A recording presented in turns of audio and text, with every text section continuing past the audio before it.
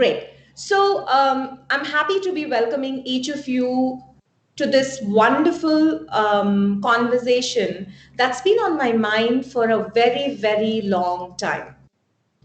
One, the way, the digital world is shaping and shifting lots of, aspects of learning over the years. And two, what is the kind of digital profile our new learner has? It's such a wonderful moment for me to be sharing my most insightful thoughts on both these aspects.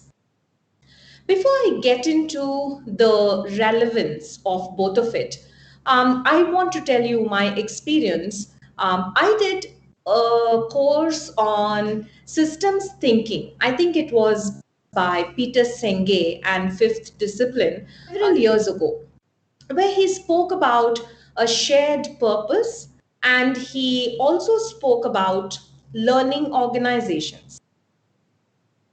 Over the years, I've wondered about the shared purpose bit, and of course, it was applicable and is applicable in every organization. When we talk of shared purpose, it is becoming increasingly relevant in today's world, post COVID, where we are seeing so much of remote work happening. Given a scenario like this, how is it that we are really going to share a purpose, being remote, working remote, and still thinking as one organization? Peter Senge also had the foresight of talking about what he calls systems thinking. And this was very interesting for me when I read the book several years ago, learned about it in the course that I spoke. All it says is to be thinking of organizations as holistic systems. He calls organizations to have moving parts and really seeing how these parts are interconnecting with each other as they speak, as they vibrate, and as they function together in a similar frequency. Again, the second concept of systems thinking is very relevant in the learning world of today, and I will definitely talk about it in the next few minutes. The third aspect that Peter Senge talked about was on learning organizations itself, right? So, what he says when he talks about learning organizations is those organizations who are able to capitalize what they have learned, what they have experienced, and mutually they are able to understand and learn not only from each other as people, but from each other as multiple parts of an organization. And he talks about how seamlessly, learning can be transferred across multiple functions, across multiple divisions, and across multiple organizations too, as we saw post COVID. So with that, with a strong sense of purpose, with learning organizations being the organizations of tomorrow, and systems thinking, it becomes so imperative for all of us to really understand the shifts that learning has undergone over the years. And I would like to think about these as seismic shifts in learning. They've caused tectonic shifts. They've caused shifts in mindsets. The changes in the digital world has pushed us to think beyond a very conventional form of learning. So there are several external factors which is pushing us to really think of learning with a new lens, right? And what we see, three most important concepts or three most relevant pieces for us to consider include the customer and the relevance of learning to the customer.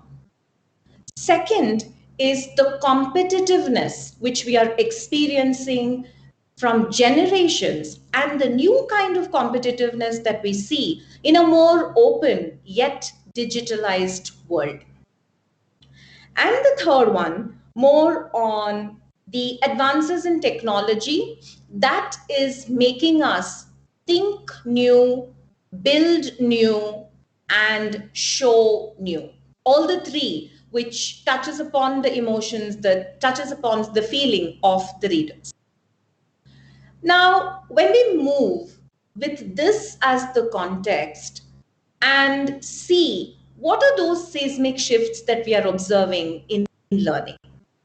So, the first one that I observe is that of, we are in absolutely a digital world, and it is kind of shifting us, especially the younger generation, to learn in a very unconventional way.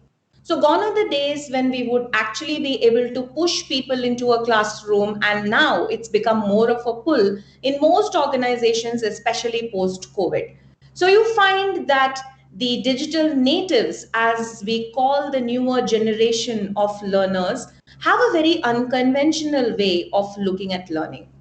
They, they want it on the go, they want it any, and what used to be fundamental needs in learning is now evolving to very powerful wants for the learner, for the people building the learning management system, as also for organizations. The second shift that we are observing is gig working. So from a very permanent workforce, interim, we had, temporary workers who were hired to make a holistic workplace. And today we have shifted to the next level of gig working. So, what does this mean for organizations? We're going to constantly be having a ratio or a population or a mix of permanent employees, temporary workers, and the third category, who are the gig workers, who will not only be working for one organization, but they will be looking at multiple organizations to build their skills. And this is the newest paradigm most organizations are struggling with.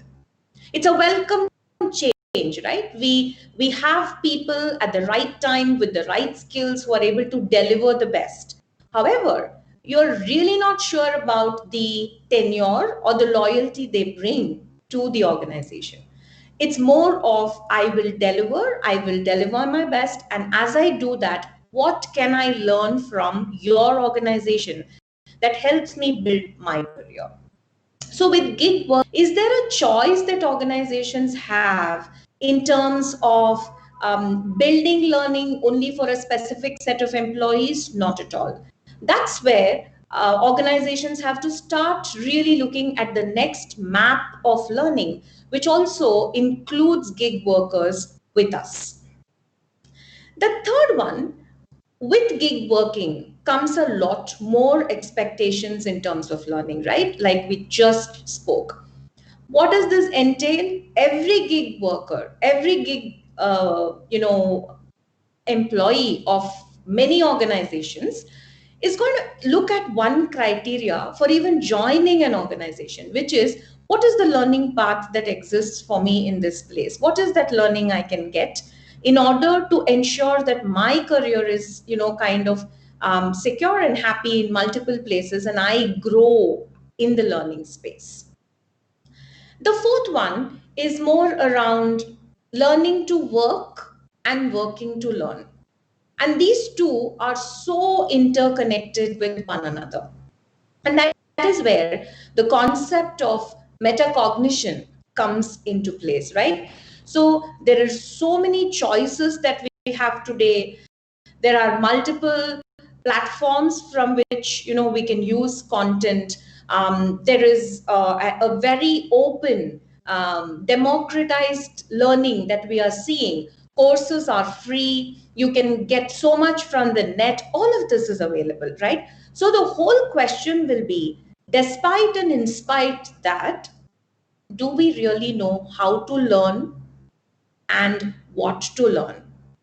and even understanding learning to learn, which is what we call metacognition.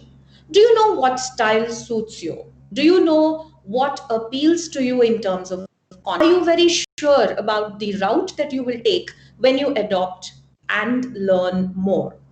So, working to learn and learning to work along with metacognition is the next big trend that we are observing. On a completely different note, we also see that we've moved from a world of autocracy to democracy. So, gone are the days when, as learning experts, we would define courses, learning, frameworks, and provide it to employees. Right today, it's more democratic. You can kind of give them a framework within which they can learn, and they come with an intense need. The learner in organizations comes with a very intense need to pick and choose what he wants to learn, and he wants to really have the freedom to play around within that framework. So there is a huge shift from a very autocratic learning approach to a very democratic learning approach. Now, we talked about needs getting converted to wants for a learner. Now he wants to have easy to use systems. There is a need for him to feel the design very comfortable to use. He wants the design to be very appealing. He or she wants the content to be rich. They don't want it to run to plenty of hours. So slowly every learner and every organization is redefining the way learning is required at an individual, also at an organizational level. On a completely different note, we are seeing boundaryless organizations in the world. Especially, let's take the example post COVID, right? Now, what used to be a very internally focused learning, especially in times in times of a crisis like COVID, several organizations started talking to each other saying, now this is the crisis I'm facing and these are the challenges. Are your challenges very similar to mine? Are you seeing any different pattern or trend that I need to be prepared about? And we really saw selflessness at its best when organizations started talking about the challenges each one is facing during the crisis, and also ensuring that they support each other.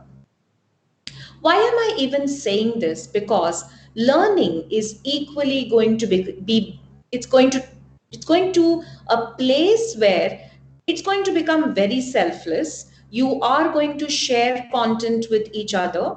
Content is already available in plenty on the web. So what is it that will make organizations and the world and teams and cultures across the globe in unison? People will start talking the language of learning very, very soon. And we already saw that digital shift happening with more needs coming in place post COVID. Now, there was a time when learning was designed for engagement. Learning was designed with the intent that a person will walk away with a few skills. Today, the learning designer or the learning architect, the role is emerging. So the learning architect has to really think deep, not only about how the course or an event of learning is structured, but more importantly, what is the micro experience a learner is having when he or she is going through the course. And from engagement, we are seeing a sea change to an experience led learning. So, with these seismic shifts, there is a lot that we need to understand, right? From what used to be a very manual approach to learning, we are seeing artificial intelligence pushing data, into our minds, into our souls, and we're really, really juggling, thinking in terms of, what do I learn? How much do I learn? Where do I learn? What is the right thing for me? And our decision making process is becoming simpler and simpler, given the fact that AI is leading us in a direction, and hopefully we are getting in the right direction when it comes to learning. Now, this leads us to really think about what is the role of emotional intelligence in this entire learning process. So we have a lot of information flowing. We are in a state of constant influx. We are in a state of flux when it comes to multiple information that is hitting us every second, every minute. And being in the attention era, are we really able to channelize our thoughts on what we want to learn? And that is where self awareness, which is a very, very large part of emotional intelligence, is playing a huge role. So, unless you're very clear, very self aware about how you want to learn, what you want to learn, what is it that you want to pick, you are likely to be in a juggle. And all the more in a very distant world that we live, and in a remote world that we live, where the shared sense of purpose that we started with, the importance of systems thinking when it comes to understanding the organization as a unit, and being a learning organization continuously evolving in the learning space, all of these matter. And all of these, if they have to be structured and layered very carefully, it all starts with the learner being very self-aware. It also talks about the organization that is self-aware in what it wants from the learner, from the employee, from the gig worker at the end of the day. Now, this leads me to the last seismic shift that I have seen over the years, which is the democratization of technology. We've seen technology being available to us now, especially post COVID, that it really needs a lot of thought and deeper insight into how are we using technology in a way that is very relevant and very contextual to the modern learner. So, with all these seismic shifts happening, there are two things happening in the learner and one that is happening in the organization. The learner is becoming very savvy in terms of his expectations, and there is definitely a shift from need to want, as we saw.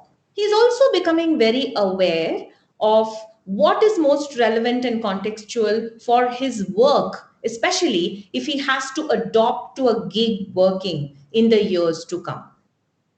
When it comes to the organization, there is deep clarity in terms of what the framework should look like, what skills are required in organizations, and how do we really get the maximum from whether it is tenured employees or whether we are choosing to operate with gig workers.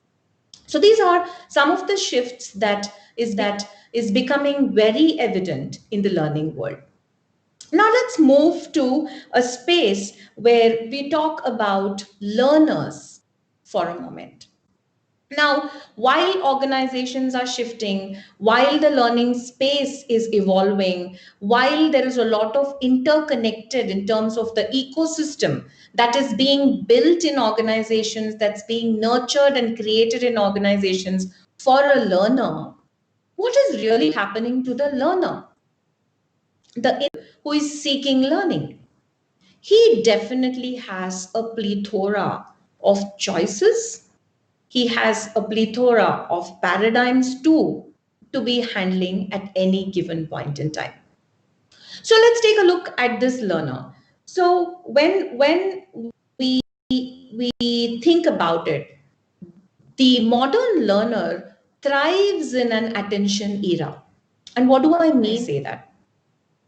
The learner is constantly having a flow of data, information in multiple forms, through people, through systems, across and from the global environment. So what is really happening to him? He is really jinxed in his mind in terms of where should I pay my attention and focus on what needs to be learned.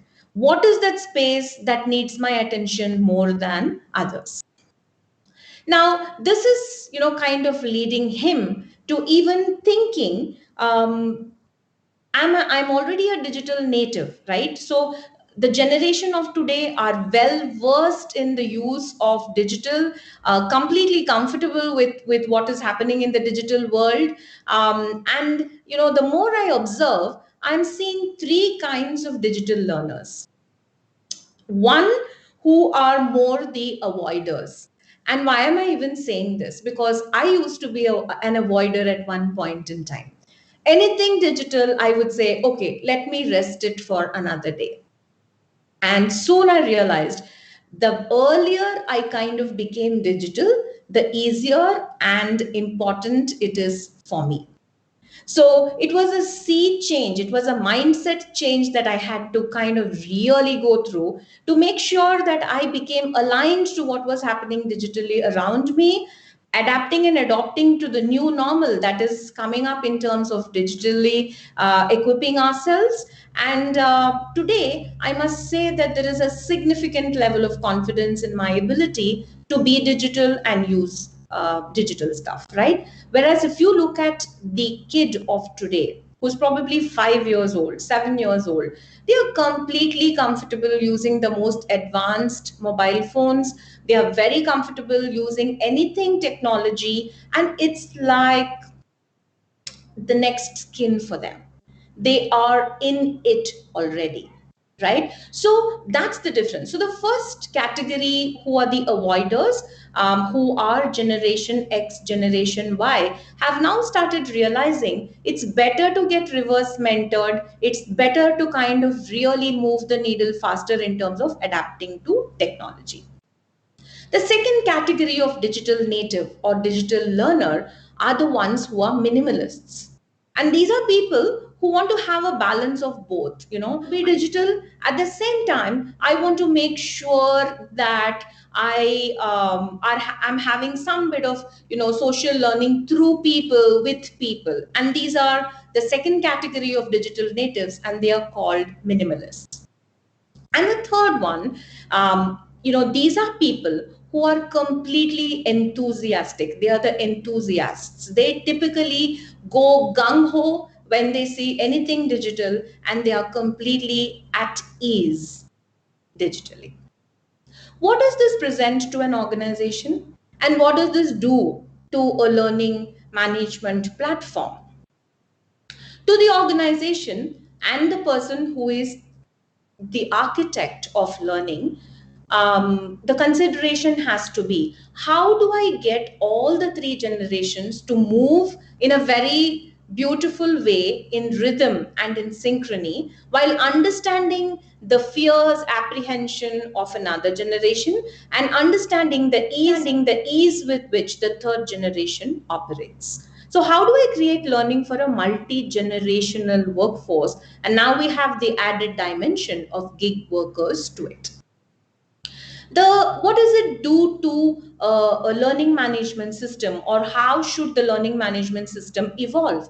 Given that these are the four or multi-generational workforce that I have in an organization, how does my system appeal to every user and talk to each user in his language, right? So while we are creating a very generic platform, is there a way to customize? Is there a way to emotionally touch the chord of every person through the learning the person is adopting to? Now, on the other hand, you have gig workers like we spoke. Now, these are people who say, my learning management system has to tickle my brain. It has to be very appealing to my eyes. What I listen, what I hear should really, really sync well with my thought process. And there are several small asks, and the list is only lengthening. So, as an organization, as a learner, as the ecosystem which provides learning through the learning management system. All of it has to work in sync to make sure that digital learning and the modern learner has his needs addressed. um, Again, when you think of gig workers and multiple jobs, we are seeing what we call career hacking in the current generation, and probably a bit in the previous generation too. So, what is career hacking? It's essentially, I want to be adept, I want to hack a career either vertically or horizontally or across organizations, right? And to do this, I may need skills which might not have needed yesterday or a few years ago.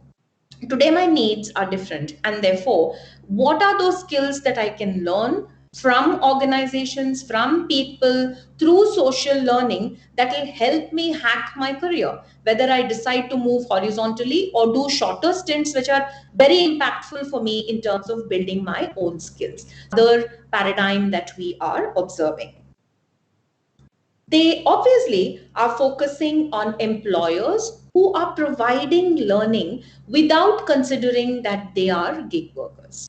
So, what is the freedom I have to use the organization's learning system for me to be learning, even though I'm not going to be permanently part of this organization? That's the thought process with which gig workers are thinking today. And as organizations, are we even cognizant to it? When we look at mentorship, and let me give you an example. This was close to 2006, and when I was part of an organization called Mindtree, and I had to set up the mentoring practice there. Those were the days when mentoring, not many people knew about mentoring in India. It was there in its ancient form, but corporate mentoring was very new. And so when we built an online mentoring platform, I remember Stanford, when I had presented in one of the conferences, asked if they we will be willing to sell that platform. And at that point in time, I don't think that was the purpose at all. But I was just reflecting of how relevant digital mentorship is today for a learner. So when you're looking at the modern learner, he doesn't stop with his thoughts about the learning platform or the courses he has, but he wants a tighter knit and beyond to mentorship. There is an ask for coaching in specific places. So while learning is evolving, learners are evolving, how are we really knitting up and syncing up all aspects together such that it is a holistic one for the learner? So digital mentorship, something to watch out for in the years to come. Um, Today, we're also seeing that social platforms are becoming a very great way to learn, whether it's LinkedIn learning, whether it is plethora, whether it is learning through multiple platforms. We find that learning is becoming very open, very democratic, and each learner has a choice to pick and choose from the plethora of choices that one has. And that is also something that we are seeing as an evolution in the mind of a learner. What else? How much more? How many? How fast? These are some questions that keep arising in the mind of a learner when it comes to learning. On a completely different note, there is a lot of gamification that is happening, augmented reality that we are using in the learning space, virtual reality, especially you are seeing virtual reality even for places like onboarding that happens in organizations, especially when we are doing remote work right now, are changing the way learners are experiencing learning and learning platforms. And finally, it is all about choices. It's all about making the right choices. It's all about thinking the right choices. It's all about thinking and creating a mindset for learning, which is going to fuel and propel the world of tomorrow.